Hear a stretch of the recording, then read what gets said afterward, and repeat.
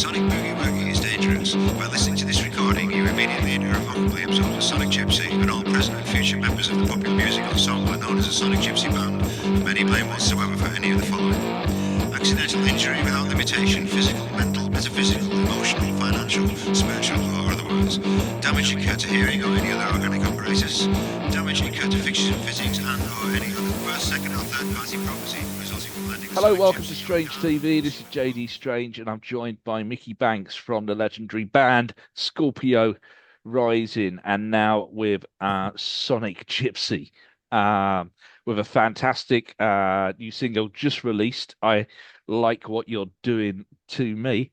But I first heard it and I thought this is a recent song, but you wrote it a while back, right, Mickey? Long time ago, yeah. Like We've been 10 at it years for a back. while with the Still Project. You know, so far already, there's a little bit of a story behind the song. I wrote it. I was in Scorpio. A very quick history about this bit. I was in Scorpio Rising for 3 or 4 years, something like that. And after that, I was on a dole in the north of England, and ended up doing some really shitty jobs and all that kind of thing. And I started a little band there. So we called ourselves Shiloh. It was just me and a drummer, and we used to rehearse at my terrace house, you know, sort of thing and all that. And they bring his drum kit around. I had a computer, and I was learning how to program and all that kind of thing, you know, building stuff on my own, having had a full band previously. Yeah. And the song was written then, and it's written about Paul Holland, my drummer then, from a friend. It's written about his boss. There's a fellow called Carl Twigg who ran was a gay guy, and he ran a shop in Manchester but he used to tell stories of what his life was like, his nightlife, if you like to call it that. And he was famous on the scene and all that kind of thing. And I thought, I like the sound of this guy. And I went around the shop to see Paul, and he kind of hit on me. He thought I had short hair then. He thought I looked like Clint Eastwood. And I took that as a massive compliment, you know, but I'm not in any way gay, but, you know, it was nice. It was funny time. And I thought I want to write a song for him, sort of thing. So rather than write about him, although the sort of the yarn in the song is a little bit about him, I just wanted to fill it full of the sort of slang that he would use and understand. And if you listen to the lyrics, it's completely full of Joe Ortonisms, if you like, deliberately, which I thought it would be funny because the chorus is so catchy. I'd like to sneak it past DJs so they play it on the radio and don't realize how subversive it actually is, you know, which is, I mean, Scorpio were like that. Watermelon was the same, you know, people thought it was a pop song with a cheeky lyric. And it was influenced by, was inspired by Patrick Bateman, an American Psycho. And I used to have to explain that to people, you know, because it was hidden in a little pop song. I love doing that. You know, we like to not explain ourselves too much. A bit like Bob Dylan, you know, nobody knows what any of his songs are about. You have to make your own mind up. And I kind of quite like that. But having said that, I took it as a massive compliment that you'd want to talk to me about, you know, about actual lyrics and songwriting and stuff, which is cool too. But yeah, the song's got a bit of history. Yeah, and the feeling I have when I was, you know, I was 14, 15, maybe 16 when I saw you guys first. Yeah, that's amazing. I can't remember if it was ULU, Marquee, one of the London clubs. Yeah. And what surprised me or what interested me was like a lot of the bands around at the time, you know, Ned's, Senseless Things, yeah, Wonder Stuff, all those Wonder bands, yeah. Stuff, and they were all produced. I recently discovered by the same lady, Jessica. That's right. I'd forgotten about that. Yeah, Coracle, and they all had a very similar sound. But yeah. the lyrics weren't particularly kind of inspiring or particularly deep. But when I listened to Scorpio, it brought me back to obviously Jim Morrison, and then you looked at what That's lovely to know. Yeah, what Jim Morrison was reading, and then you go down a route of Allen Ginsberg, who he was a fan of, and then they called Burroughs, the beat thing, and it seems like Scorpio Rising with this kind of capsule of 20th century cultural media. This is what frustrated me so much when we were in the band. You know, it was no one really noticed what we were singing about, talking about, the sounds we were using, you know, the influences within the music. I'm about to re-release Breathing Underwater, so our own little label thing online and all that, which is on Pig Symphony. And, you know, the care that went into the sonic production of that, you know, it's the same sort of thing that a band like My Bloody Valentine would do, or Butch Vig. You know, we really were very careful with exactly how we use the distortion and, You know, we set loudspeakers on fire and stuff like that to record that sound. We were the real thing. You know, and the lyrics are all my lyrics are, they are heavily inspired by the beat writers, obviously. You know, Kerouac's my favorite. I'm very much a romantic. You know, Burroughs for me is much harder kind of writer. And I got into him a little bit later. I don't know if you've ever heard Bugcatcher from Brutal Deluxe, from the unreleased album. But I did listen to it. Yeah, yeah, recently as Yeah, I yeah, was yeah. Well, that's researching. Yeah, yeah, Bugcatcher. yeah. So I thought I'll explain what we're talking about here, and I'll call the song Bugcatcher, and then everyone will know where where the lyrical references come from, because it's just a list, just like Goofball is. It's a different kind of list. It's more like an emotional list rather than I don't know, a cultural soup kind of thing, which is what Goofball was intended to be. That was a massive compliment as well. I appreciate that. He said he wrote it before the internet, and it does mirror what the internet is like in a way. But I wanted to do that because my brain's like that. You know, my brain's full of buzzing away with full of things of thinking about 7 things at once and all that kind of stuff. And I just wanted to reflect on in Goofball really what that's like. You know, in a way to be constantly influenced and interested and I don't know, inspired by all of these different things all at once. Because I love Gon Vonnegut as well. You know, and Heller and you know all that kind of thing. Words are so powerful and brilliant, and then you end up nowhere, and that's the beauty of it, isn't it? You're so widespread. You're spreading so many different directions that you end up nowhere, which kind of reflects the internet kind of cyberspace we have at the moment. And it does, it's saturation point, you know. Saturation, and also with the cut up thing with Burroughs. Yeah. Also, I never really needed to cut things up because I mean, me and Lizzy, we were living in a little terraced house in Wigan at that point, and I remember writing Goofball. I'd sit on the couch with a joint, and she'd be sitting on the chair, and we'd have the telly on, a little baby running around, and all that kind of thing. Going one and to I'd the other. written most of the words. Pardon? I was saying, were you sparring with the lyrics, or were you writing it all yourself? Mostly me, but you know, I take things from the TV, from books, from every writer. You know, I'm a parasite, but I like to reframe them in a new way, you know, and hopefully show in a way like Kerouac, I like to show the good in things, you know, the interest in it and, you know, the tensions in things and all that through words. And that's what I mean, Scorpio Rising, we were lumped in with some great bands, don't get me wrong. I like them all. They're not my kind of music though, really, you know, like the Wonder Stuff and those kind of bands. I like them and they were great to tour with. Their audiences were brilliant. But as you spotted already, our influences come from the late 60s. In some cases from the 30s and 40s, even with Huxley and Orwell, that kind of thing. And it was just strange that no one really noticed at the time. How much of an influence was the film, Kenneth Anger? How much of an influence was the film itself, Kenneth Anger's Scorpio Rising, which I assume only in an aesthetic kind of way, but it's subversive and it's challenging and it looks great. Kenneth Anger himself, I mean, I'm not an expert really in Anger's product, in his stuff really. But having said all that, the new Sonic Gypsy album has got Lucifer Rising on it. We always promised me, we promised us we'd write a song called Lucifer Rising, which is the other film. And we've done it now. So I'm kind of pleased with that. We kind of based it was originally based on Freedom No. 5, so it was like a rewrite of that. And over the years, we've been recording bits and pieces on and off. It's slowly morphed into its own thing, which is lovely. You know, he had that random. So I jump about from one thing to another. He had that random cut up thing going on with the film as well. The story I heard, I'm not sure if it's true, but he shot all the motorcycle scenes in New York, and then he got sent by mistake a video intended for a Bible school, like one of these Sunday schools with all the Christian imagery, and he cut it in randomly into the film. I'm not sure if that's a true story, but I love it anyway. I like that though. I do. I like Clockwork Orange as well, obviously. You know. Yeah, it goes back. I like films. I mean, it's a strange thing. I said this in the last interview we did as well. It's a strange thing about me and Spooty is what we do is serious. Our music's serious. How it sounds is serious. The words we use, what we're trying to imply, the aesthetic of the band, it's serious. We're not serious people at all. You know, we brought ourselves up on Bill Hicks and Monty Python, for fuck's sake. You know, so we're a strange conundrum because people talk to us and we seem lighthearted and cheerful and all that, and then you get, I don't know, Sleepy sleeping sickness with Pig Symphony, which is about drugs overdoses, and it's that sort of thing. And I think that's perhaps why the music press really back in the day, they didn't really understand what we were, because there isn't another band like Scorpio Rising.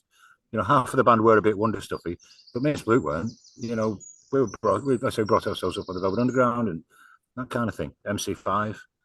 I'm a fan of rock music as well. My brother's a big Thin Lizzy fan. I love Thin Lizzy. You couldn't say that in 1990.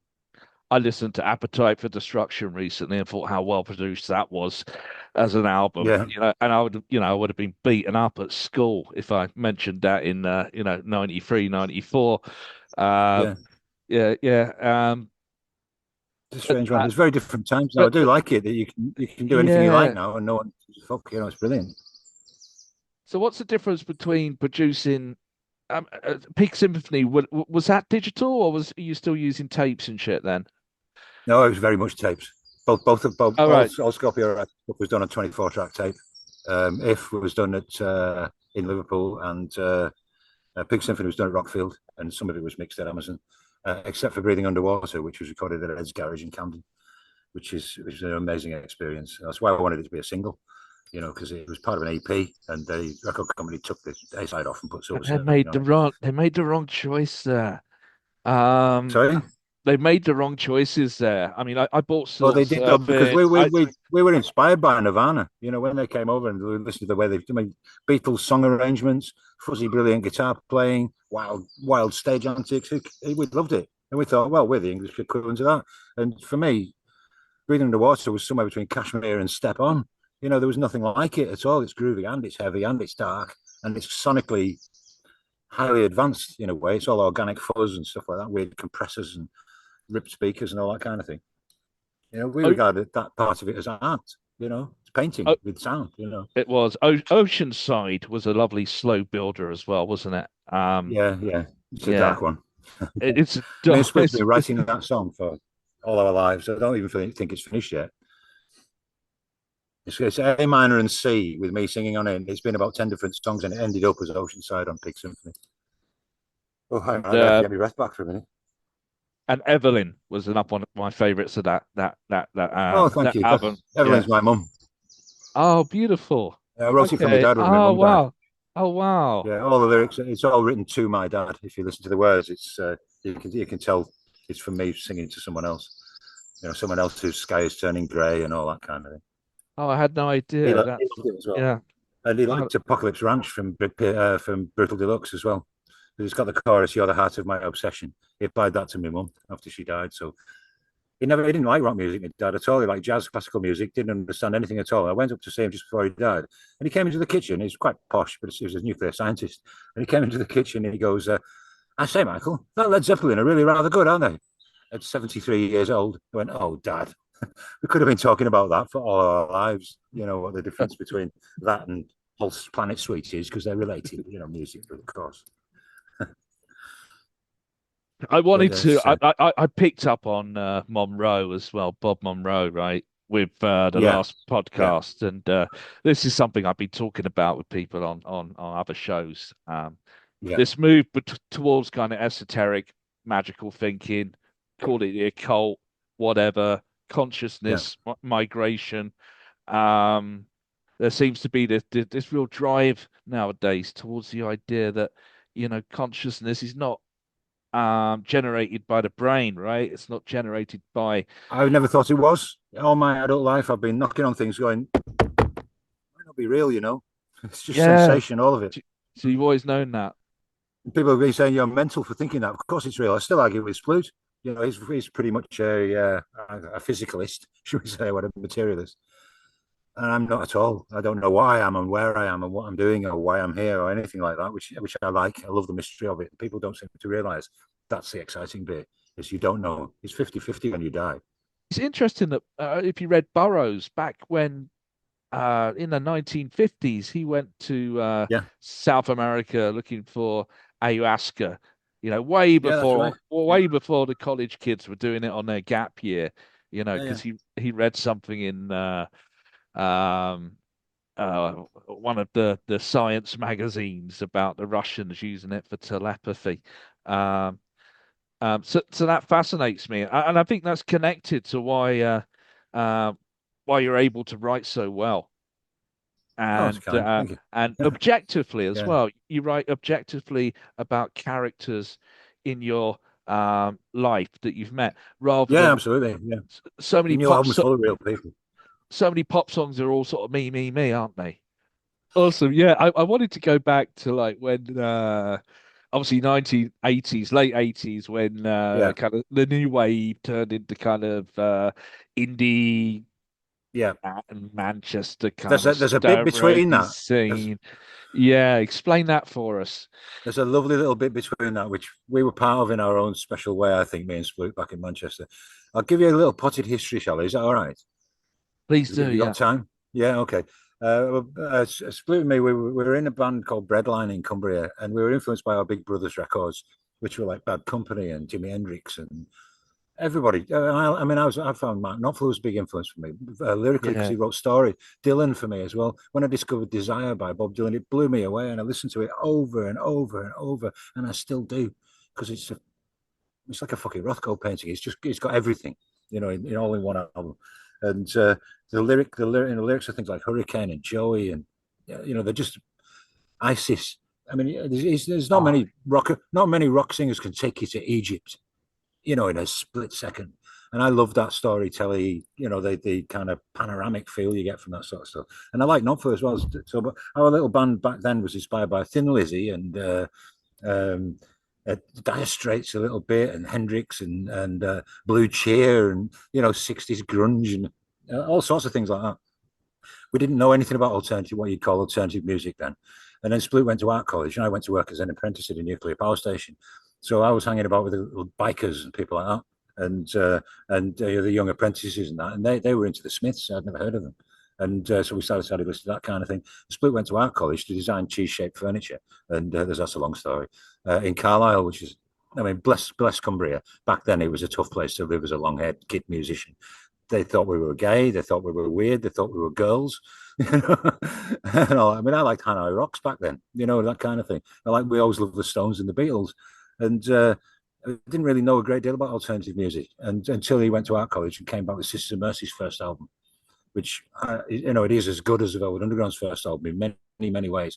At the time, it was a state of the art alternative music in Britain, and if you went to a club in somewhere like Manchester or Leeds or Bradford, you were listening to Nick Cave, you were listening to Sisters of Mercy, Bauhaus, and the flats you went to after a night out like that, people were injecting heroin and playing with snakes in Wigan. Do you know what I mean? It was dark and it was brilliant. We left home. We left our little band with a van full of amps. We discovered Sisters of Mercy and Velvet Underground and things like that, and all our other influences, obviously.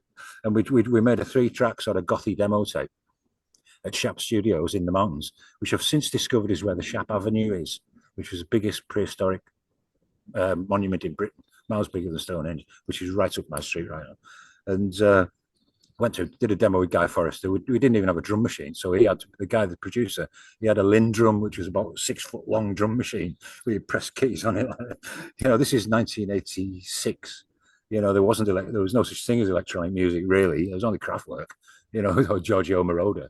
The rock bands didn't do all that kind of thing, and so he programmed it up. We ended up with a sort of Sisters of Mercy sort of styly demo tape, and by then we were wearing long black coats, leather pants, and cowboy hats, and which was nice for me because I love Lynyrd Skynyrd. So I was never a goth. You know what I mean? We were just ourselves, and the band we formed, we named it after Michael Moorcock's brilliant trilogy, The Dancers at the End of Time. We called it An Alien Heat, and that book fits with Bob Monroe for me. Jarrett Carnelian in An Alien Heat, they invent their own world at the end of time.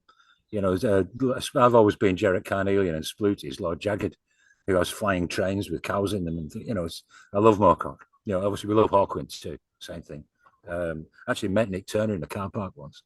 So it was an honor for us, because as kids, you couldn't even conceive of meeting your stars. The guy who played saxophone on Space Ritual, I met him in a car park when I was in my 50s. It's like meeting God, for me. He's Nick Turner. Have you seen Nick Turner? You know what I mean? Anyway, I digress somewhat. Anyway, so we ended up we left Cumbria in a van full of amps. Most of it was ours, I think, and we ended up in a flat in Wigan. I met my wife there and all that kind of thing. And we were literally there about, I don't know, a couple of months. And we recruited a bass player. We bought a drum machine. We refined our act, and we became somewhere between Sister Mercy and Crass and the MC5. You know, we really believed I used to stand on the Bible with white face paint and all that, and do all that kind of thing. What, love? I just said I acquired a wife then. Yeah. And Lindsay and me, we met at Wigan Pier nightclub, which was one of those clubs I was describing earlier. It opened my eyes. The end of Wigan Pier. Yeah, the legendary Wigan Pier. Yeah. Well, it's a funny thing, obviously, it's Orwell Wigan Pier, but the nightclub, the Wigan Pier nightclub, is legendary in its own little way. It's not like the Wigan Casino where everyone's heard of it all over the world, but it was, for me, formative. You know, I learned all sorts of things there. You know, not the sort of thing you probably repeat on a podcast. But you know, we learned how to live on the wild side from places like that. It's interesting. It's interesting you mentioned Dire Straits, because I loved that first album. Oh, the first two albums are brilliant. Yeah. Yeah, and I've got a mate who's a taxi driver who comes to Thailand, and he once picked up Mark Knopfler in London from a leather bar. Yeah, and he was all dressed in his kind of leather kind of gay getup. Was he? Brilliant. Yeah, and then I re-listened to the first album. It's like Down to the Waterline, and then it was a lot of it was kind of there in between the lyrics. You know, he's obviously happily married man since. But yeah, early Dire Straits, Undercurrents, fantastic. Yeah, that first album it's a beautiful piece of work from a British band. It really is. It's as good as anything. You know, I mean, that album is as good as the Doors' first album in its own way. They weren't trying to be anything. I mean, I believe, I don't know if it might be an urban myth, but the story is supposed to be that they recorded The Sons of Swing, and some local radio station in the Northeast played it, and the guy from Island Records heard it while he was in the shower. Oh, Joe Boyd. I know it's Chris. God, I can't remember. Joe Boyd was Witch Season, wasn't he? Yeah, subsidiary of. I don't know. I haven't remembered that story for many decades, so it's probably all wrong. But also, we had a guy. Did you remember the band Attrition around that time? Not really. No, not really. He was in Bangkok recently, and one of the first bands I saw were from Cumbria. Right. And they were a very small band called Sensitize. Do you remember? I remember those? Them well. Yeah, very well. Yeah, they supported us. Yeah, they had the same press officers as Jane Houghton at Excess Press. We didn't get on with them very well. Okay. Okay. I mean, they were nice enough lads and all that kind of thing. I think we had a bit of a personality clash with a couple of them. But, I mean, it was very competitive then. You know, they were supporting us. Yeah. You don't like being supported by an up and coming band when you're up and coming and all that kind of thing. It was a strange one because they were younger than we were, and it was so competitive back then. You used to have to pay thousands of quid, you know, to get on support tours. We might have really broke Scorpio Rising. We were in the frame for Big Charlatans tour. You know, it was a $5,000 buy-on, and somebody else got it or something like that. I didn't hear it on the singer. You know, what I mean, the managers and all that were looking after it all. But we made some bad decisions ourselves, and I think the world of music back then was a different one to how it is now. I like it. I prefer it now. I can do what I like. I can release what I like, when I like, with who I like. You know, me as Pluto Talker, I could release a spoken word album next week if I wanted to and promote it and all that kind of thing. There's no one can actually stop us doing what we want anymore. But in those days, you relied on, you know, your management and your publishing company and your press officer to get any exposure to actually reach real people. So at the expense of at the risk of being dull and boring, I'm learning how they do these things now. And yesterday I was just about to launch what for us is a big advertising campaign on Meta for I Like What You're Doing to Me. First time I've ever done anything like that. Spent 2 months researching how you bolt the machines together. You've got Instagram on one end, I've got intelligent software in the middle, and I've got Spotify at the other end of it with our new song on it. Excuse me. To wait for Spotify to go live, this is night before last, around the world at different 8 o'clocks. So I had to wait till 2 o'clock in the afternoon to release the adverts, so it would start pouring money through Meta. About 10 minutes beforehand, I went on Instagram and added a few people, you know, like you do, and Instagram booted me, which is where the adverts are going to be served. So I've had to stop. I spent 2 months researching it, put 500 quid into it, and I can't turn it on because Instagram has decided I've contravened community something or others. It makes me want to go around their office and stuff like that. Because I'm trying to buy advertising from them for my band. You're trying to give them money. I'm trying to give Mark Zuckerberg money. I really do my best, Mark. I know he needs my 500 quid. What would he do without it? So that's frustrating because I wanted to really try and hit the Spotify algorithm right away on day one yesterday, but I can't. But I think we might have actually hit the. I've been learning about all this stuff. I think we might. I'm not sure. We have to wait and see what the stats look like over the next few days. But I think we might have caught new release Friday algorithm, which is editorial, which is like gold dust apparently, according to the guys on YouTube who tell you how to do this stuff. So I'm waiting to see what happens. I started posting it around yesterday. Friends have been posting it. We've had, I don't know, 40, 50 plays, and people are sharing it, which you can't ask more than that at this stage. It's funny because the target for somebody like me who would like to be able to, make a living from the digital side of the internet, you need something like 60,000 people a month listening to your music. At the moment, I've got 50. Scorpio Rising got a bit more than that, and I'm looking after that as well. But we started from ground zero, which I'm a kid with a demo tape. It's starting again. How was the? Although the demo tape was an 18-track fully finished album. There you go. Which is 10 years worth of recording, man. I don't think we'll get to the point where we've got 2 songs left to finish now. I think so. I'm quite happy. I've got stuff to do now.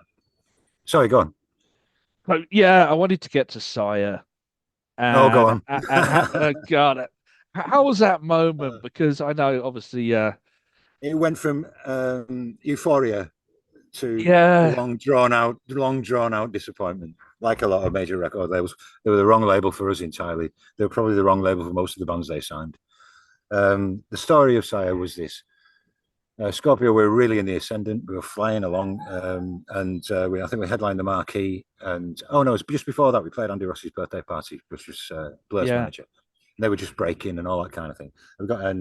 Andy and Mark Jones, our manager, they were friends. And we were both bands at one point with the same sort of level. Blur were struggling to break through with their English pop, and we were struggling to break through with our 60s influenced psychedelic indie music, or whatever you want to call it.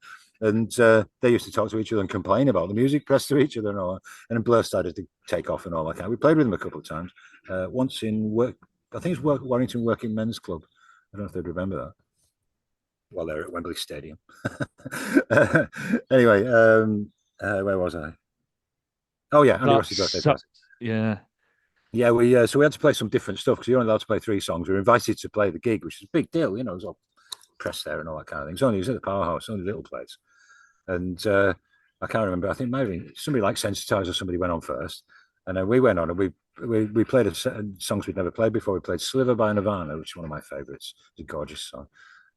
We played Plenty Black by the Stones, highly unfashionable, but we did a stormy version of it with Scorpio. And we played Saturnalia, which was an unreleased single, which got butchered in the studio in the end because the live version was miles different and much better. But I'll moan about that later. And we played the gig and all that, and we played our bit. It was fine. It was good for us. It was more a party than a gig. And me and Steve, our sadly departed bass player, we were backstage, and Alex was there from Blur, the cheese guy, and Steve had a shilling. We filled it full of weed and stuffed it in his face. And he went and smoked that, Alex, and he had a big jug of it. We went out onto the stage, little tiny stage. He was out of tune. He couldn't see what he was doing. They were dreadful and brilliant at the same time. They were like a garage Blur, all pissed and all that. It was great. That was a good night. And right at the end of the gig, Sploot went into the dressing room. There was an old guy in there, like mooching about in the dressing room. It's only a tiny room, like, right behind the stage. And Sploot chased him out of the dressing room. Like, what are you doing now? Dressing room, chased him out. And then it turned out that it was Seymour Stein. And he'd come to check us out. They'd actually come to sign the Verve, and Verve had signed to V2 for Anson's label, I think, or something like that. And he came to see that play that gig, and then him and Howie Klein, who was something like a fucking senator or something now, he was president of Warner Brothers back then. They came to see us at the Marquee, and they took me, Colin, and Mark and Jace, I think, out to dinner that night. after the gig at a posh restaurant. We had lobster thermidor and bottles of champagne, and I had a brilliant chat with Howie Klein about the Doors. I thought, this is brilliant. This guy understands what we are. You know, I explained to him about Watermelon and American Psycho and the sort of lyrics I was trying to write. We're a pop group, but underneath it all is all of this dark, strange culture and interesting ways that humans interact with each other, and all of the mysteries of life that I'm interested in. And he got it. And the conversation was brilliant. I was sat there with this guy, we're eating lobster, which I don't like, but I was pretending to like it and drinking champagne out of the bottle, completely dressed in white stage clothes, straight off the stage in the marquee, which we'd sold out. And then and he's talking to me about, he goes, well, we were on the same wavelength, me and you, Mickey, and so that kind of thing. And he goes, I tell you what, when you come to LA, you know, to meet the label and all that, I'm thinking, this sounds great. He goes, I've got I think it's a VW camper van. And he says, I've got one bottle of Kool-Aid, electric Kool-Aid acid. It's Augustus Ousley's acid from the 60s, the stuff Casey used with the Merry Pranksters. He says, I've got one little bottle of that, saved from the 60s. Me and you will go into the desert and we'll do it. And I went, I love you, Howie. But it never happened, you know, because he was Warner Brothers, as Seymour Stein's Sire, a subsidiary of Warner's. So we're supposed to go to Warner to LA to meet Warner Brothers, and then Seymour decides that it's not going to be Sire Warner's anymore. They have a political shift, move all the A&R and all that kind of thing. And we think, oh dear, this sounds bad. And then they tell us it's going to be Sire Electra. Now, if you know anything about the Doors, it's the Doors label. So I just went, oh, this is meant to happen. By then, the enemy are calling me the new Michael Hutchence and all this kind of shit. And we think we can't go wrong. We're going to New York now to sign a record deal on the Doors label. So we go to New York, me, Mark, and Colin, and they take us all around the big Warner Brothers building, and we meet all the arty fuffkins and all this kind of stuff. And they take us to Atlantic City. We go gambling in Atlantic City, in Trump Tower, funnily enough, and whatever it's called, and fly home again. And then we go back, and we're sat in Mark's office in Liverpool going, oh, that's amazing. And then they send us, I might have something in the wrong order, I almost certainly have, but they send us the reports from Pig Symphony, which they released to college radio in America, which is how REM broke. It's how you used to do it back then. There was no internet and all that. College radio was how the kids found you. And it was amazing. They sent back all these faxes from the reviews, and it was all, wow, send this to psychedelic English rock band straight away. We want them to come and play. We like them and all this kind of stuff. It was an inch thick. It was loads of them. We go, wow, we're going to break it in America straight away. Sat in our little office in Liverpool, you know, and it all looked good and all that. They went, well, okay, Pig Symphony, it's going to do well. They've released it in America. I think it did 30,000 copies in America, which didn't go anywhere near pairing off the massive advance. And because there is no Sire in Britain, they gave it to Warner Brothers in Britain, and the entire marketing in Britain for Pig Symphony was one advert at the bottom of a page in the NME for 1 week.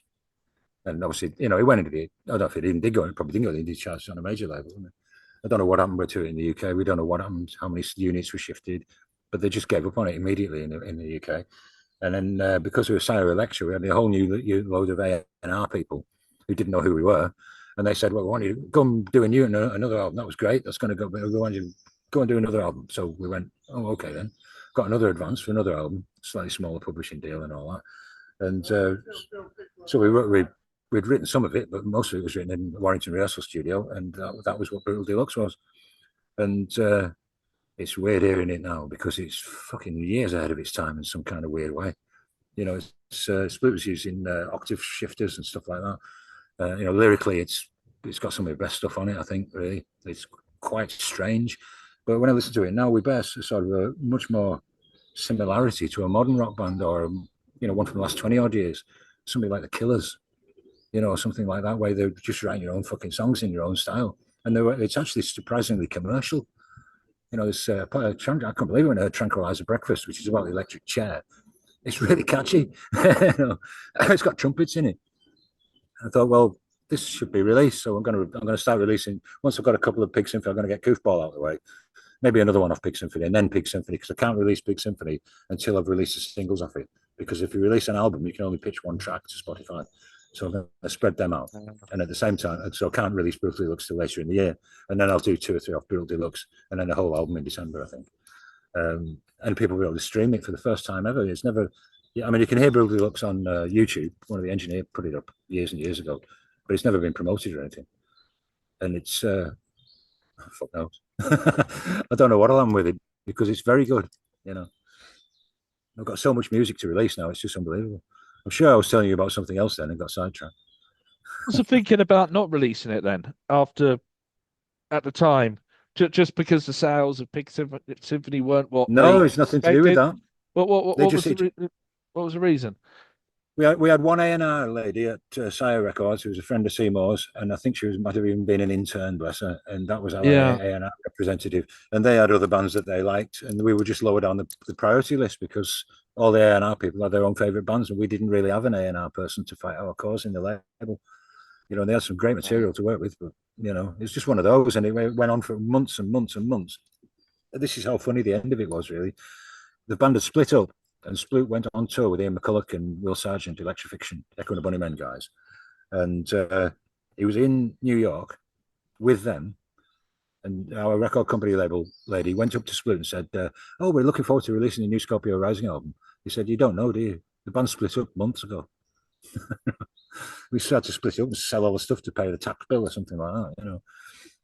And we went into also split up and went our separate ways. But me and Colin started another band called Lounge for a little while.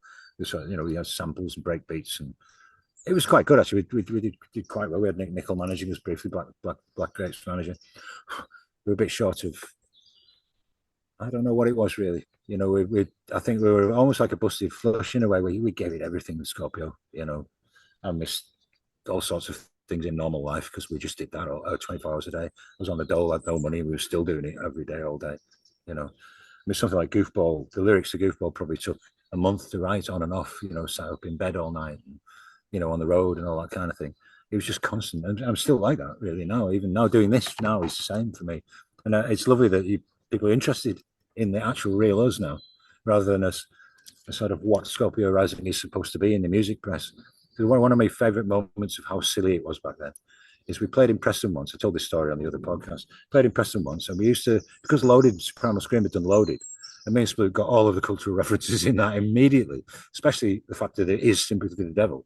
And so with our first demo, we did a cover version of Sympathy for the Devil in the style of Loaded with that lovely soft break beat and, you know, the bam, bam, bam, and all that. But it is Sympathy for the Devil, kind of to be cheeky, to see if people noticed that we spotted what was going on, because I don't imagine that the guys in acid house culture were particularly aware that they were dancing to something from 1969. I love the Stones, and the lyrics are it's a brilliant fucking song, and it was nice to do it. It fitted really great. Steve's bass playing, Colin Stewart, it was great. You know, Simon Sploot playing a slide. We did a really great version of it, and we played it in a sound check in Preston. While we were on the Ned's Atomic Dustbin tour, and their manager Tank, who we thought he knew what he was talking about, but he didn't. Bless him. He goes, "Oh, you shouldn't play anything like that in London. They'll laugh you off the stage. Don't ever tell anybody you like the Rolling Stones and the Beatles and all that, you know, and all this kind of thing. You know, bear in mind these guys wore skate gear and all that kind of thing, and I love all that stuff too. You know, I'm a big fan of Dwayne Peters, for fuck's sake, and so we go, oh shit, we better not mention that sort of thing. So when we went to do interviews, we couldn't mention the Doors, the Stones, William Burroughs, anything from the past. You couldn't even mention the fucking Sex Pistols. You couldn't. You were supposed to be new. The Smiths were about the oldest band you could name check back then, and then not call you an old bluesy wanker or something like that. We got called rockist. I mean, like that's a thing. What is that? Even like, you know, Bowie was like terribly unfashionable during that period, wasn't he? Yeah. Yeah. What was your take on all? One. What was your take on all that Britpop nonsense? Which would it was a weird one for me. 94, 95, I guess that started because we were ahead of that, if you know what I mean. Well, before it really, and I remember hearing Supersonic and thinking, yeah, these boys have got it perfect. That was a nice video. Yeah, it was a great video. They look brilliant. They look like the lads who come around my house for a joint, and you could see if it connected socially, which is why Oasis worked, because they're not a brilliant band in any way at all. Some great songs. First two albums, like Dire Straits, are brilliant. Rest of it, really, they needn't have bothered. And it's bizarre that because of the lack of brilliant, huge bands, they are now, you know, in U2 level, or if you want to go Led Zepp level. And they are just a really good indie band. They are. They're probably the luckiest bunch of musicians on the planet, bless them. Luckier even than Alex from Blur. And he's cheese empire. He's cheese empire. Empire of cheese. I mean, don't get me wrong. I love all these guys, and I really love Blur. They're brilliant. And there was a point where Blur was struggling, and then they made Modern Life is Rubbish, which takes an awful lot of mind power and care and thought and writing. It's a brilliant album, and that's what made the difference for them. They did the right album at the right time. Whereas we went into Rockfield to emulate Hawkwind at a time when, you know, we should probably listen to Small Faces and the Smiths or something like that, as far as the press was concerned. Two similarities between Scorpio Rising and Blur as well. You both had great both had great front men. I remember the first time I saw Blur was the 1991-92 food Christmas party, Brixton Academy, and Damon. He climbed. You know, it's like a Greek or Roman Colosseum kind of. The stage. He climbed all the way up. Yeah, he climbed all the way to the top, and then just threw himself, you know, onto the drum kit. Put his young and indestructible. Out. Like Jim Morrison style, you know. So he was a good front man back in the day. I had one moment at the Royal Court, right? We were it was on the Popular Self-Tour. It's a great big gig, and there's these bass bins that go out into the orchestra pit or whatever, and there's like 5,000 people over there. And we were supporting. We stood I'm on the stage. We're in the middle of Bliss, which has got a great big sonic bit in the middle of it, where it all stops and just goes all freeform. We're in the middle of that, and I'm thinking, right, this is going to be good. I'm going to walk out onto the bass bin and stand there and look like Jesus, and, you know, in my white clothes, right at the end of like this. So I go out there, and I get out there, and I'm mildly epileptic. And at that point, the strobes kick in, and I'm stood on this bass bin with a 6-foot drop on either side and in front of me, and I don't know how to get off it. And I'm fucking the strobes are on. I had to walk backwards really slowly, you know, thinking, please don't fall like that, because I couldn't see the floor. It was just like standing in space. Brilliant feeling, you know. But I didn't fall. I've never fallen off a stage, I don't think. Yeah, there's always a first time, I guess. But the guy for that, if you want to see it, is Eddie Vedder. It was unbelievable. Yeah. He's like a rock climber, you know, up on the big PAs in, you know, Far Eastern fucking venues and all that kind of festivals and all that. He's unbelievable. It's why he's not dead. It's, you know, very brave. There used to be a little Irish Dutch band called Compulsion. I remember the name. Yeah, Joseph Mary was the name of the singer, and he was totally wild on stage. I've been trying to find out whatever happened to him. I've got no idea. I don't know.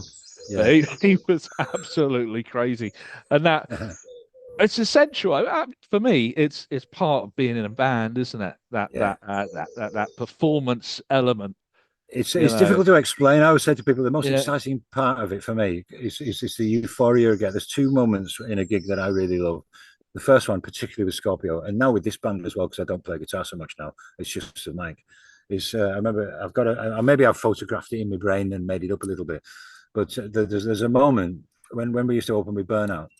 Colin would go on and start the drums, and the Splut and the guys would go on and start just making a psychedelic noise, and all wow-wows, and all the dry ice would go out on the stage, and they put a spotlight on the mic, and there's just the mic on its own, and I'm not there yet. I'm still off the stage.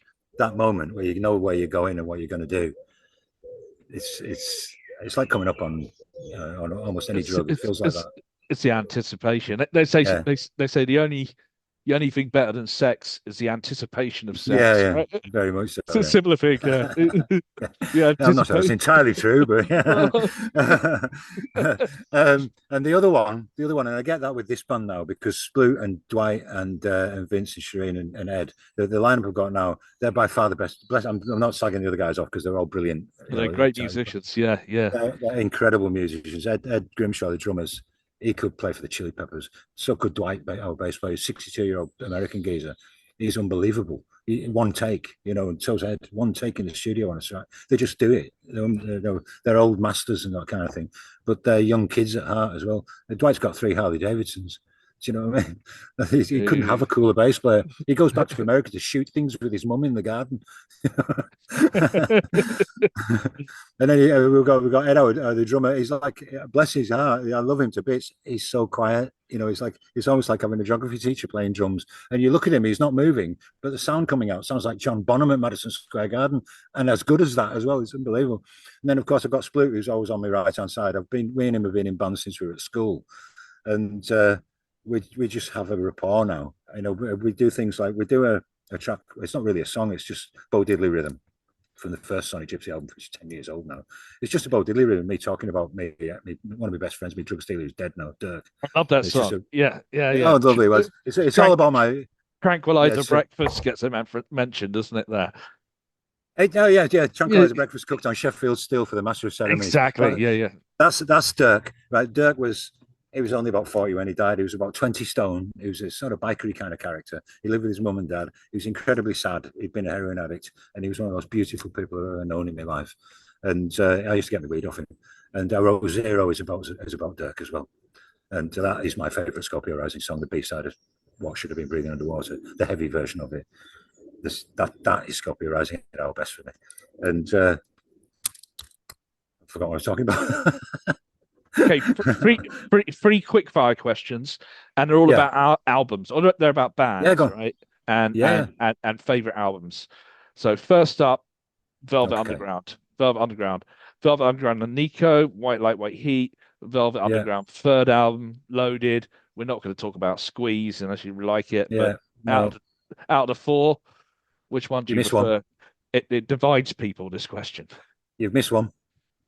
Which one? You missed the best one. Live album. Which one? 69. What's it called? Yeah, the one with the green and purple cover. Yeah, with the girls bikini. Yeah, that's right. That one. Yeah. I haven't got it anymore. My records are all in the Splute's bed in Finchley. So I haven't got a record player. But that one, I think that's their best. Heroin on that is just stupendous. There's also a live at the Matrix. You can find on YouTube that has a 42-minute version of Sister Ray. Sister Ray, Splute loves that. Yeah, 42 minutes. It's out of this world. It's like every time we start recording something. Yeah, every time we start recording something, Splute always goes, which is going to be the 42-minute Sister Ray song. We've got the new album's got 2 7-minute songs on it, 7 or 8 minute songs. One's 9 minutes long. They're nothing like Sister Ray, but one of them, Blues from Endax, it's one note for 9 minutes. We've been working on that for a long time too. It'll be interesting. I'll have to send you the new album. I've got most of the MP3s. I could send you them if you want to hear them. Oh, that'd be great, man. Yeah, a lot of the Sonic Gypsy stuff, quite short tracks, aren't they? I love disclaimers. Not anymore, they aren't. I love the spoken word disclaimer as it's all true. Play that before the bands get on stage. Do you know what I mean? I like the idea. Play it either before or after. We haven't done it yet. Yeah. Okay, so next band is The Doors. Album, favorite album. Absolutely live. Always. Oh, so you're going live again?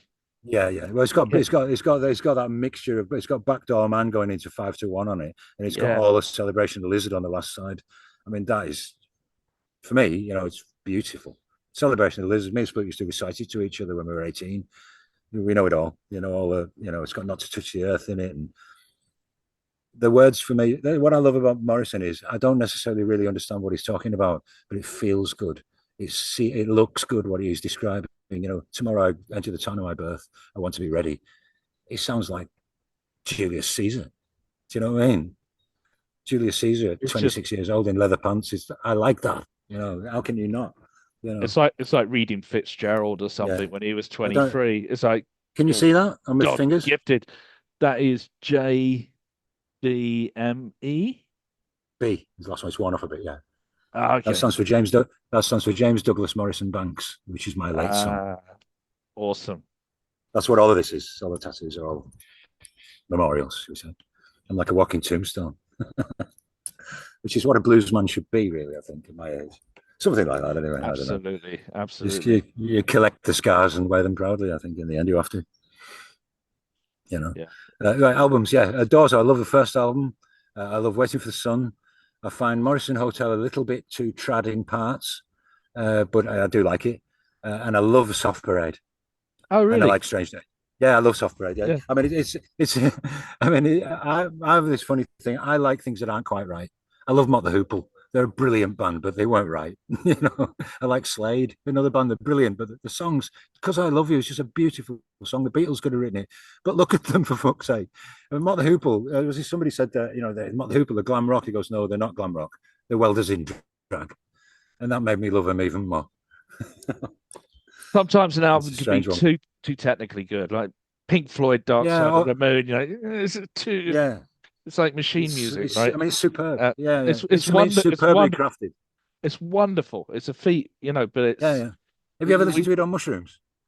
um I've done the they made weed It legal does work. Yeah, in, yeah, Thailand recently. yeah. So I hadn't smoked weed since I was like in my 20s. All right, yeah, So I went to a shop and I bought some legal weed. I sat yeah. down and I listened to Dark Side of the Moon. And Oh, lovely.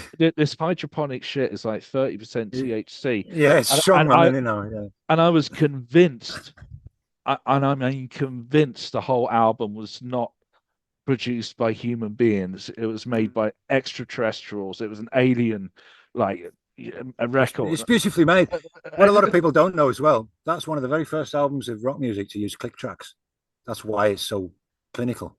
That's right. They Yeah. got click tracks and took them. I think they were tape loop click tracks or something like that.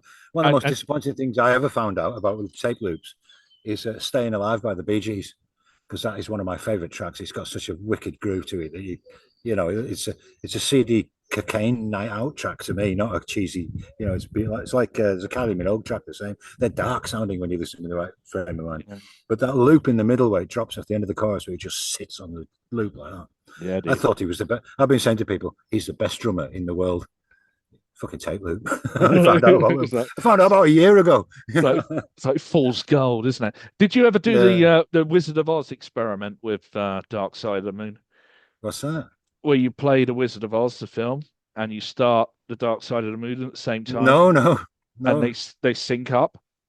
Did It's I? yeah, yeah, dude. It's I didn't know that. I it's a hope that great was deliberate. Yeah, it's a great way to spend an hour or two. Um, yeah, Third band are the Stooges. yeah. Best record. Ooh. I guess it's got to be raw power, I suppose. Yeah, Funhouse You is pretty know, nice though, isn't it? yeah, Yeah, yeah. yeah. I mean, with the Stooges, the thing with the Stooges, I don't listen to them for pleasure. I listen to them because they're brilliant. Do you know what I mean? It's like that because I mean the Bowie mixes of some of their stuff. It's really appalling, and that makes it better. Oh, You know, it's the solo stuff, the Iggy the Pop, the Berlin stuff. I know Uh, the Stooges stuff. There's the is it Raw Power? I think Raw Power was mixed by Bowie. you're right. Yeah, it was Yeah, done in it actually hurts your London, ears. wasn't Yeah, it? Yeah, yeah, yeah. yeah. But Came out to, they employed the same sort of thoughts to their audience as we did with Pig Symphony, and nobody really seemed to get. For me, there's a connection between Scorpio Rising doing Pig Symphony, what we were just talking about, and the Jesus and Mary saying you're using fuzz as paint. We're going, it's this color now, and now it's this color.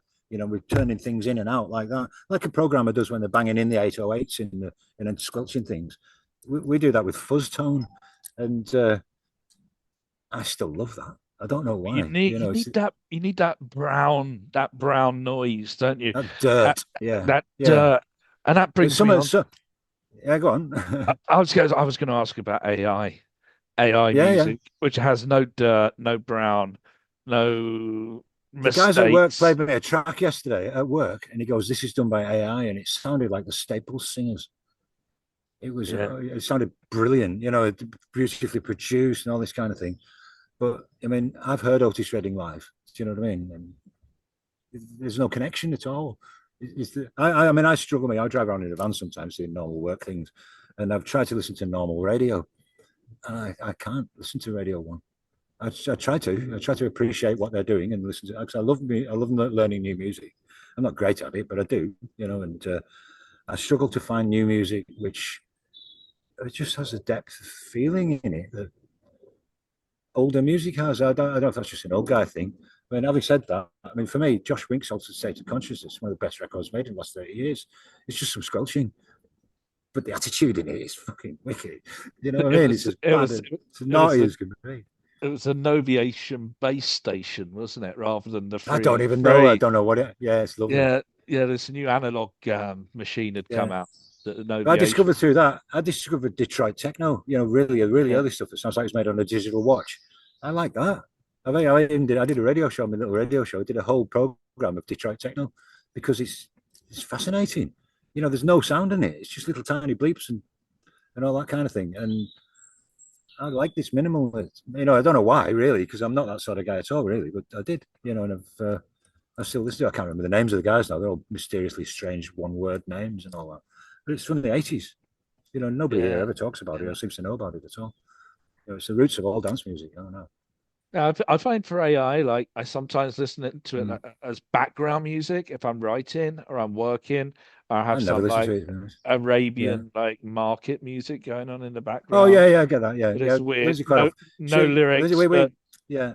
I'm We not gonna. listen to kind of like New York cafe DJs as an ambient Yeah, background. You know, the old dancey kind of Tower Tay type of vibe. That kind of floaty. I like that yeah, as but oral wallpaper. You can't use the Stooges as oral wallpaper, can you? yeah, you're not gonna go home, crack open a No, bottle and listen to AI music. no. You And know, you'd have to be a bottle of try, whiskey, a line of speed, and a jump on the back of a motorbike or something. Yeah, exactly. Yeah. Yeah. Any other albums?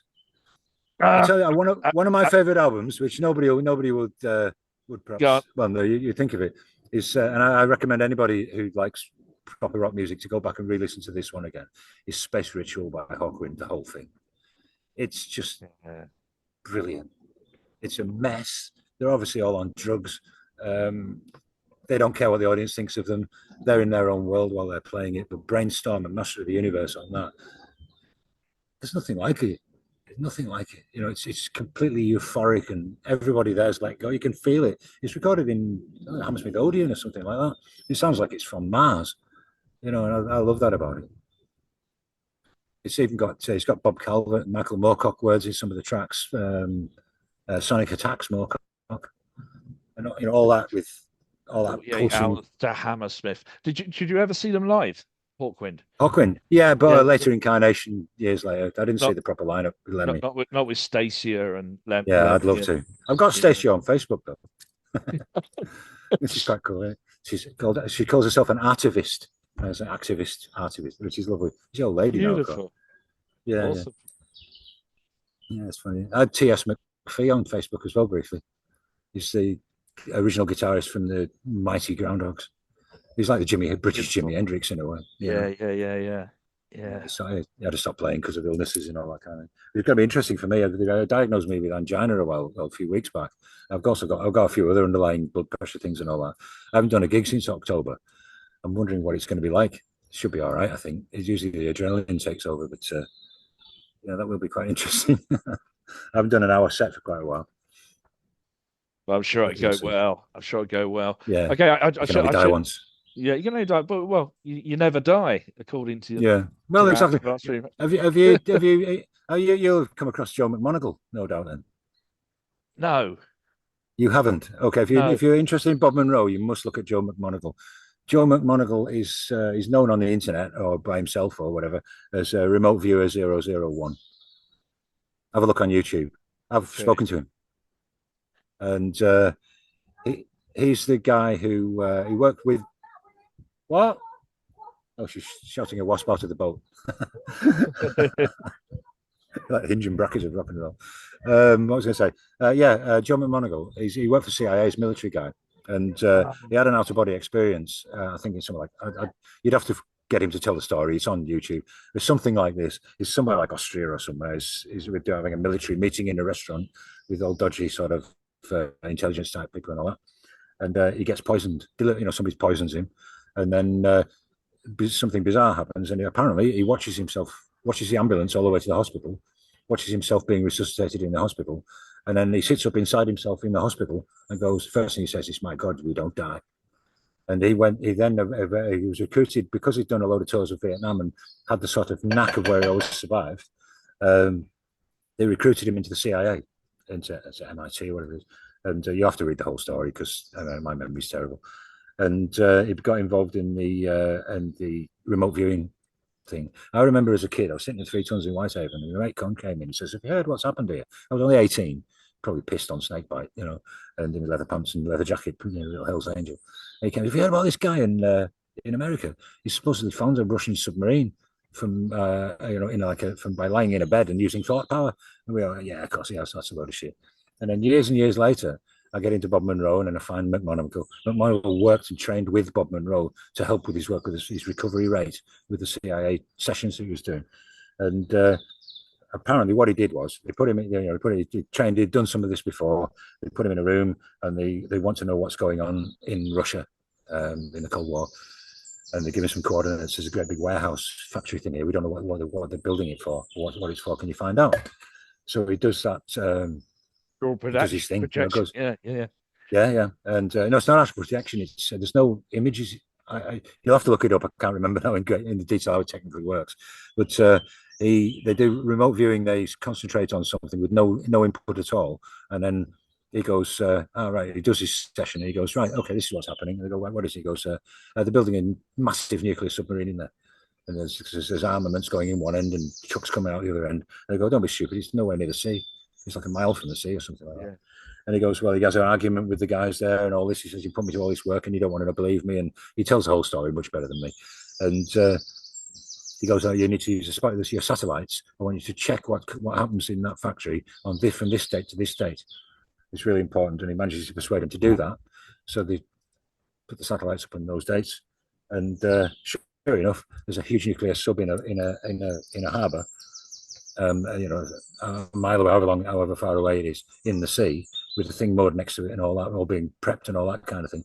And it's come out of the factory. You go, how did he get there? They built a canal, something like that, and it looked like it was being possible, and it proved to be right. And it's the first Bear class nuclear submarine or something like that. And they did lots of stuff like that. Apparently, he works for people now finding lost children and archaeological things and all that kind of stuff. But he did I think it's through the Monroe Institute. He did a like a podcast like this with him and a lady who introduced him to everybody. We all signed up and all that. And they said, do you want to ask any questions? And I asked him how he prepares to do it. And he simply said, Focus 10, Bob Monroe, which I already do a little bit of. I've not done it for quite a long time now, but I need to get back into it. Is it binaural? Sound, right? Yeah. He starts at introduction, orientation, and he explains to you what's happening, play different sounds into your ears, that kind of thing. You listen to Bob Monroe's voice. I've got the FLAC files from the 70s or 80s, the original ones. I mean, it's all quite commercial now. You can join the Monroe Institute to synthesize the sounds and all that. But I like this because it's just Bob Monroe and sounds that he's made in his lab. And it's rather brilliant. I haven't let go yet within it, should we say. I want to, obviously. But I would recommend it to anybody because it makes you feel better. It really makes you feel like it's worth keeping going with everything you're doing because there is no end. And that's really quite important. I haven't done it myself, managed to do it myself. If you can get rid of the fear of dying, you'll live like every day. You're not going to worry about the black death rushing towards you every day. I've got to get this done by then and all that. You live a better life. And I think that's a good philosophy anyway. I mean, my philosophy has always kind of been, it's 50-50 because no one's ever come back and told me it's shit. And no one's ever come back and told me it's good. That's 50-50, so it's pretty good odds, really. And I get that many sort of weird things happen to me in my life now because I've lost some really important people to me that you start to feel like somebody's telling me something. I went to we went to a medium for about 3 years back, something like that. And, they do the story and talk to different people and all that kind of thing.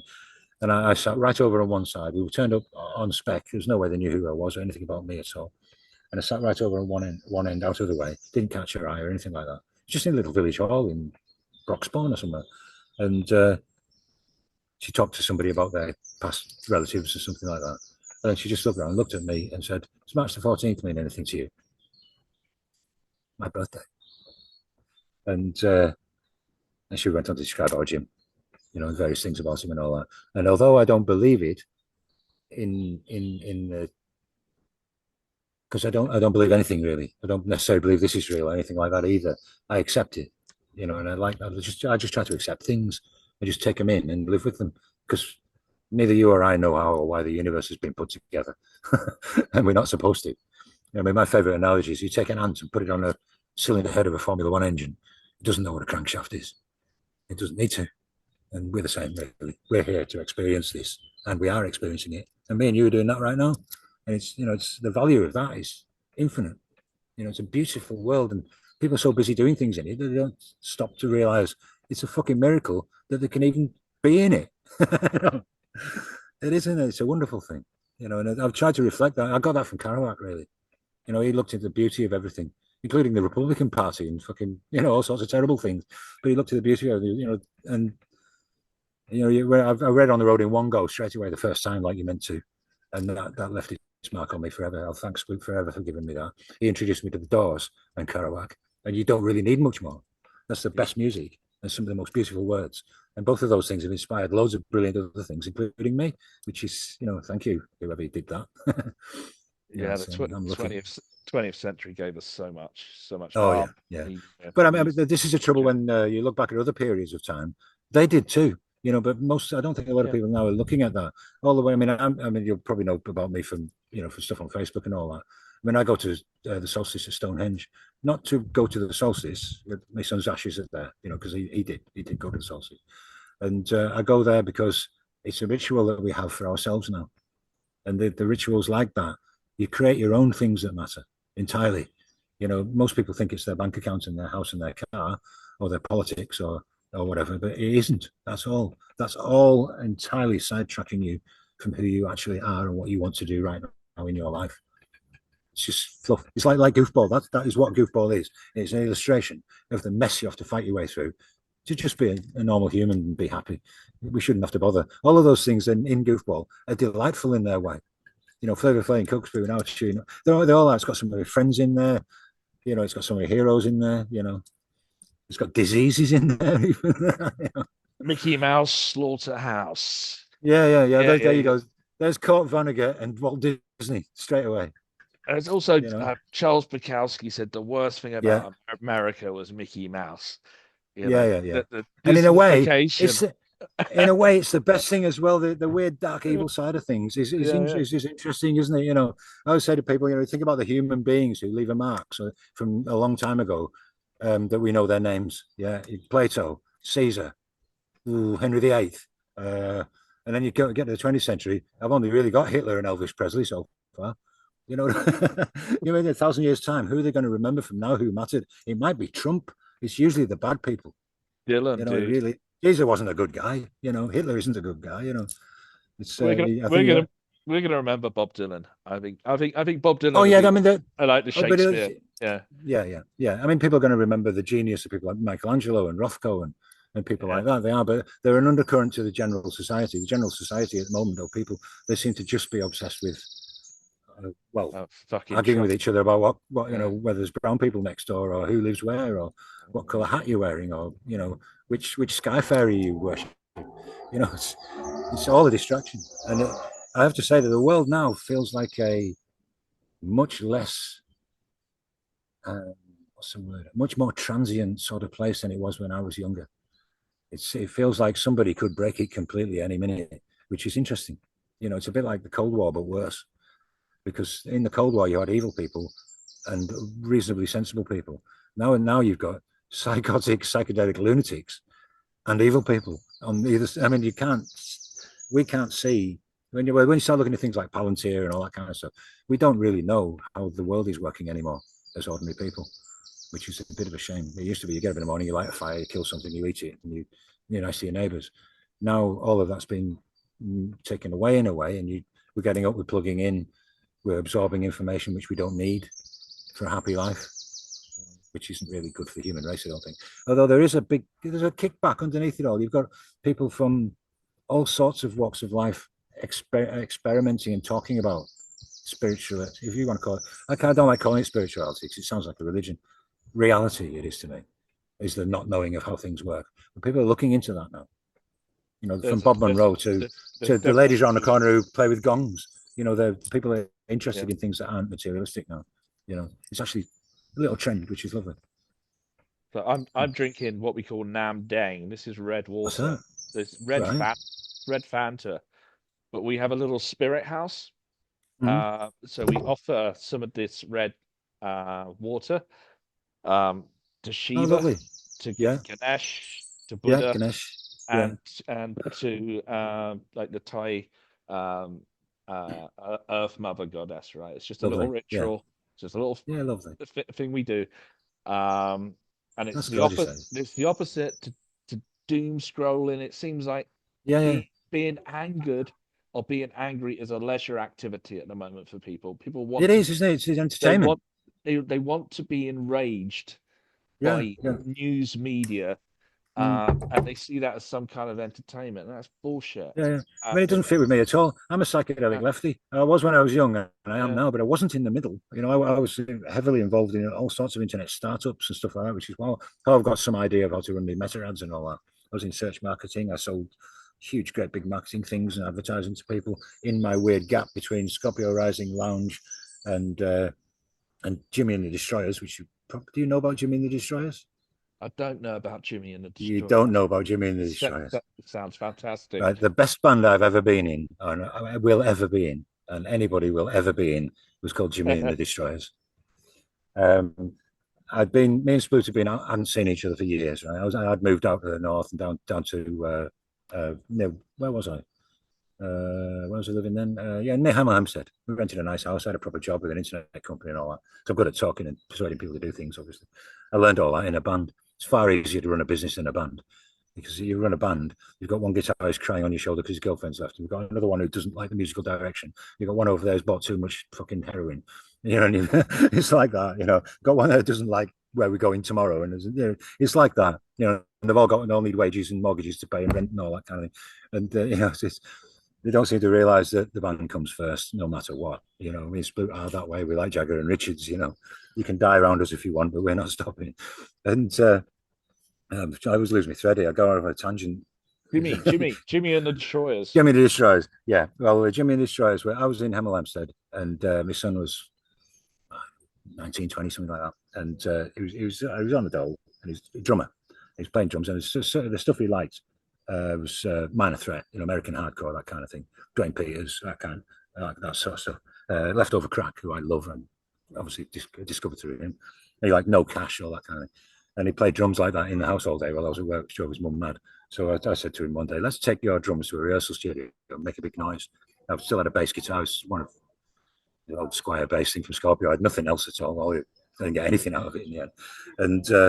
And so I had a fuzz box. So we went down to the rehearsal studio, and on the way there, I said, what do you want to play? And he put a CD in the car. And it was Nitro by Dick Dale, the surf guitarist, which I knew it, and liked it, loved Dick Dale. But it was the last thing I was expecting. So we worked it out on the bass, plugged the fuzz box in, and he played his Minor Threat drums, and I played Nitro by Dick Dale. And it was as euphoric as anything I'd ever played before, because the chemistry between the two of us was highly intense and good fun and very challenging. And so I rang up Sploot, who's stage manager at Camden Underworld in London. I said, have you got a guitar still? This is years later. This is then, but it's years after Scorpio Rising. I rang him up and said, have you still got a guitar? He goes, oh yeah, funny enough. My stuff's all at the Underworld. He's still got his 335 from Scorpio, the red one. He's in all the pictures. And he'd got a PV 5150. It's a hot rodded fucking Eddie Van Halen heavy metal amp. It's a brilliant sounding thing. And the cab that goes with it. And he had that and some bass gear in the storeroom in the Underworld. So he said, I said, come up here and let's have a jam. We'll try playing this stuff without Jim. It'll be good fun. He sounds great. You won't believe it. It's really fast and exciting. He goes, well, okay.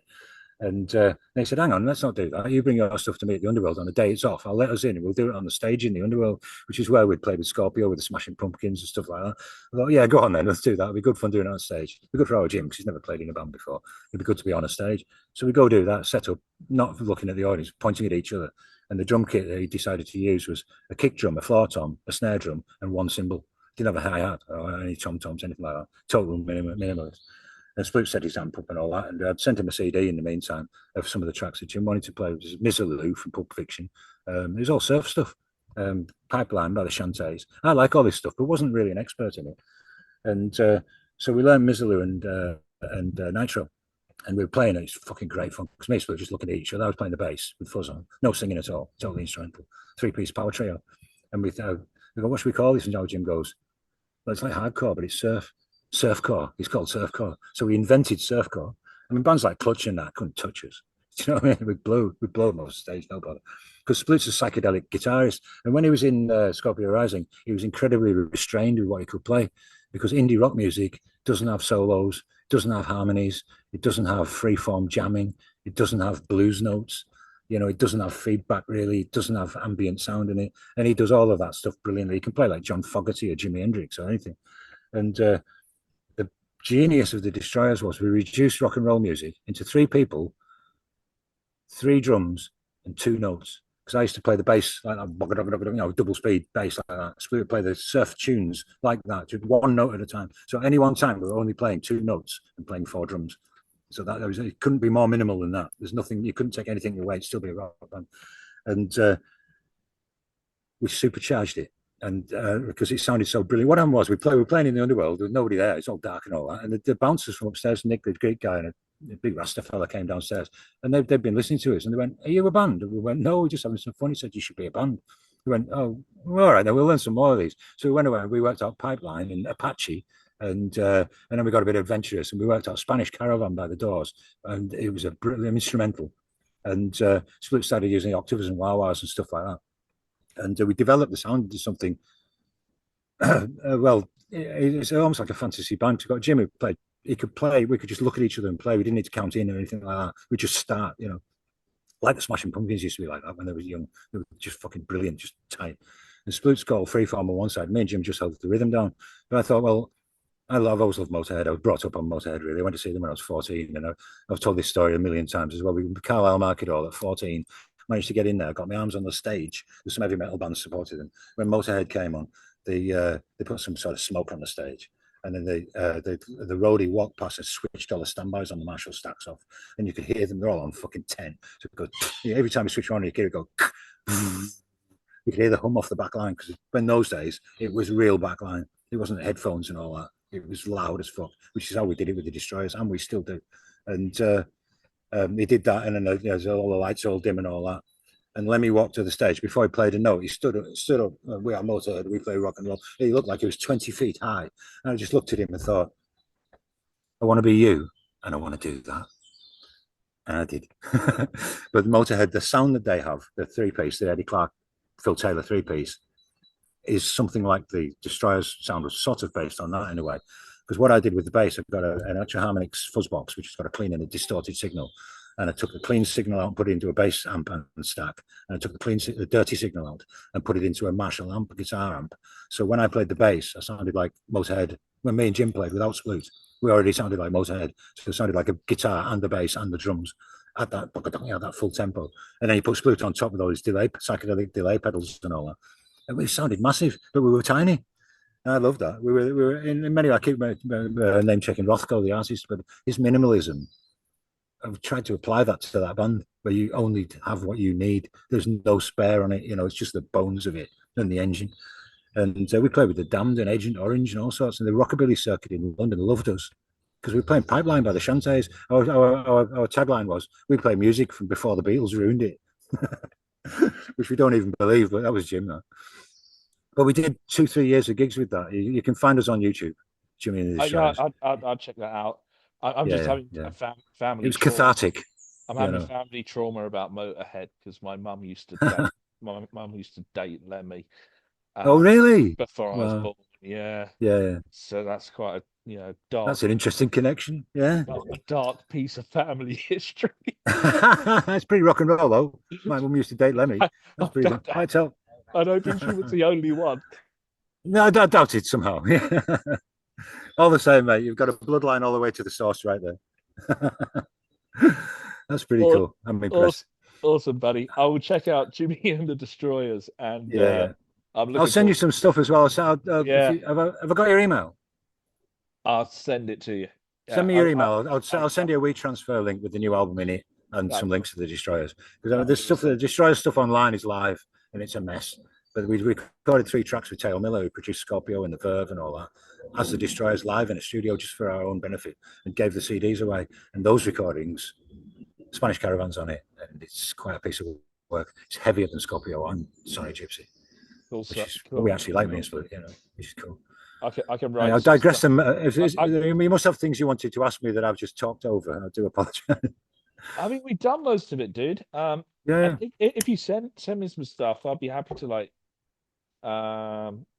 write some stuff. Please. I'd be very happy for you to review the new album as honestly as you'd like to. That would be great. I'd like to know what you think, to be honest. I mean, for me, I haven't said this to many people, but I didn't really want to release it under the Sonic Gypsy name, because it's a Scorpio Rising album, really. Because it's what we would have been like if we hadn't had the constraints of the world of indie, and not being quite as desperate to succeed perhaps back then like we were. We wouldn't have compromised, and we didn't with this. We just recorded what each song should sound like. Like I like What You're Doing to Me is a little bit Primal Scream or Dandy Warhols, Happy Mondays or something. But Blues for Mendax is more like something from Dark Side of the Moon.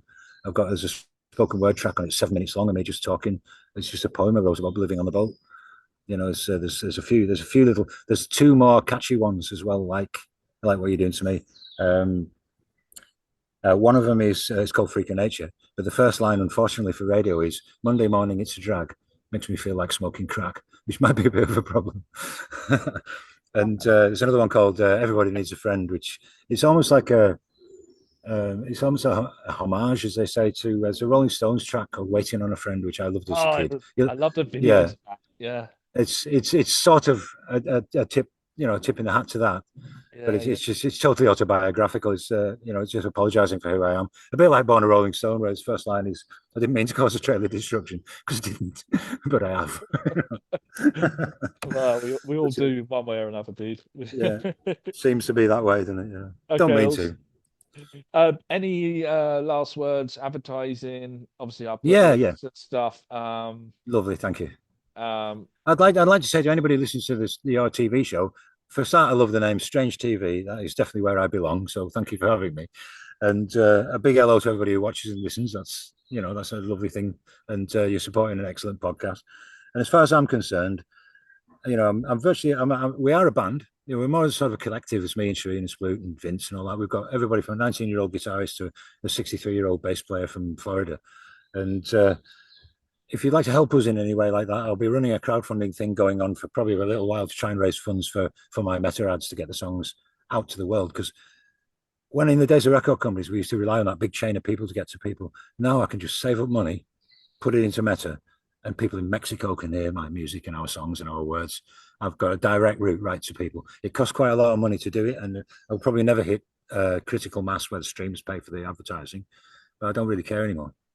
I just want to get it out there. I'm old now. I'm rolling the dice one last time as the Sonic Gypsy, I guess, and it's the best music we've ever recorded. I think you'll agree when you hear it. There's a couple of songs on there which, people are telling me that one's your masterpiece. No, that one's your masterpiece. Then none of them are perfect because, they're self-produced and recorded. So, they haven't quite had the quality control on them that somebody like Steve Osborne or Gil Norton might have put on them, but we've done the best we can with them. That's what we like. Everybody says it. Everybody says they sound all right, So. We like a little flaw there and there, like the Velvet Underground. Plenty of those. We want a little bit of brown sound. It's a different one for us now, though, because we're old guys. I'm trying to leave something that in 10 years' time, if I'm still alive, doesn't make me wince and go, I wish I hadn't done that. Because there's quite a few things on the Scorpio stuff. I just don't. Pig Symphony, Watermelon should have been on it. That was right, the re-recorded version. But Beautiful People should have never been on that album. Silver Surfing should have never been on it either. Yeah. Really, Watermelon shouldn't have been on it because all of the other tracks go together, but those more slightly poppier singles, they stand out. It would be a classic album without those. I think they kind of, because both Beautiful People was written as a challenge to the world of indie music, where everyone else was getting a break and we weren't because we didn't have a deal when I wrote that. You think you're one of the Beautiful People. I was looking at Tim out of the Charlatans, pouncing about, thinking, I want to be you. It's not fair. You're getting it. It's a proper bitter little thing. And live, it's used to storm it live with the chorus band in. But it's a little dog. And a little bit cynical. Yeah. It's very cynical. It's quite mean, really. It's deliberately mean. Quite a few of this. Yeah, there's stuff on Little Pieces. Stuff on Pig Symphony. If you listen to Little Pieces, that's an entirely 100% personal track that I think R.E.M. could have written, or the Pixies or something like that. Yeah. But it's buried in that album. But it's, for me, I can hardly listen to it because it's talking about my life right down to the bare metal, And there's 3 or 4 tracks on the Sonic Gypsy album that are like that.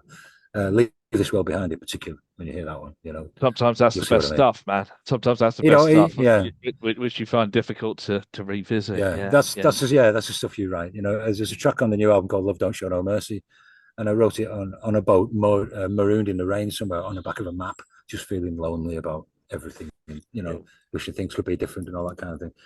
And it's almost like it's a slightly Nick Cave-esque or something. I didn't realise I had a croon, but I have. Can you hear the rain? It's all like that, more Morrison-esque perhaps. The boatman's call. Yeah.